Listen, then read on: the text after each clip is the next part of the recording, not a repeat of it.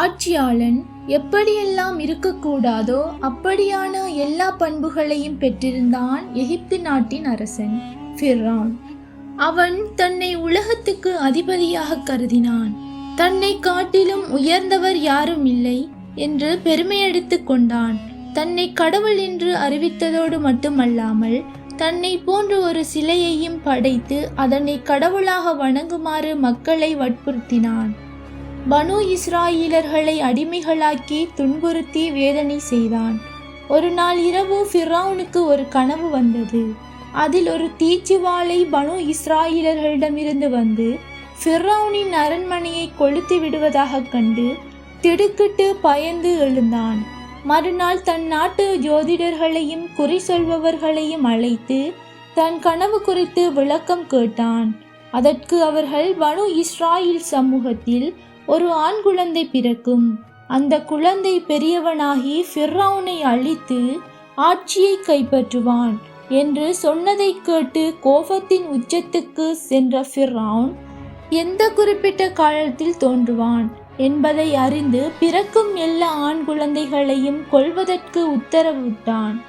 பின் பல ஆண் குழந்தைகள் அவர்களது தாயின் கண் முன்னே கொல்லப்பட்டனர். ஃபிர்அவுன் எதை கண்டு அஞ்சினானோ அவ்விடத்தை அல்லாஹ் நிறைவேற்றத் தொடங்கினான். அதற்காக நபி மூசா அலைஹிவஸல்லம் அவர்களை உருவாக்கினான். உன் குழந்தை பிறந்ததும் அந்த குழந்தையை ஆற்றில் விட்டுவிடு, அவரை இறை தூதரில் ஒருவராக்குவோம் என்று மூசா நபியின் தாய்க்கு அல்லாஹ் கட்டளையிட்டான். ஆகையால் குழந்தையை நைல் நதியில் விட்டாள். நைல் நதியில் மிதந்து வந்த அந்த பெட்டியை ஃபிர்அவுனின் குடும்பத்தினர் கண்டெடுத்தனர்.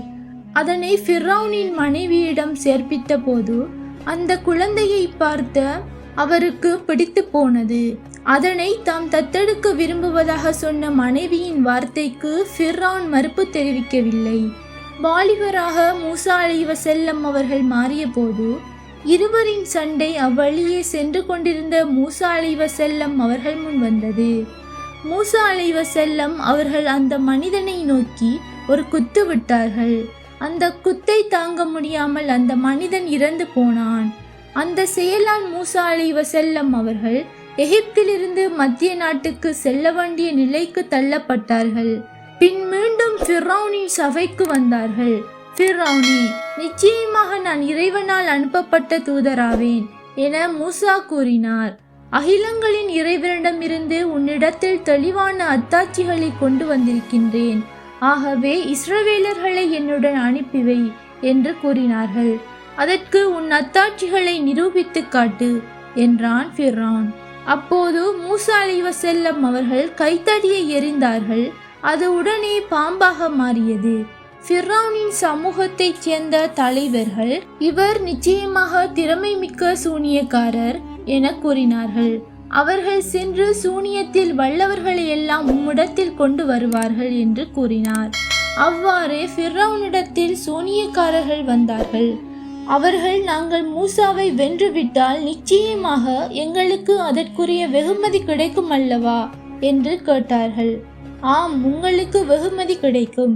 இன்னும் நிச்சயமாக நீங்கள் எனக்கு நெருக்கமானவர்களாகி விடுவீர்கள் என்று ஃபிர்அவுன் கூறினான். மூசாவே, முதலில் நீர் எறிகிறீர்களா அல்லது நாங்கள் எரியட்டுமா என்று கேட்டனர். அதற்கு மூசா, நீங்கள் முதலில் எறியுங்கள் என்று கூறினார்கள்.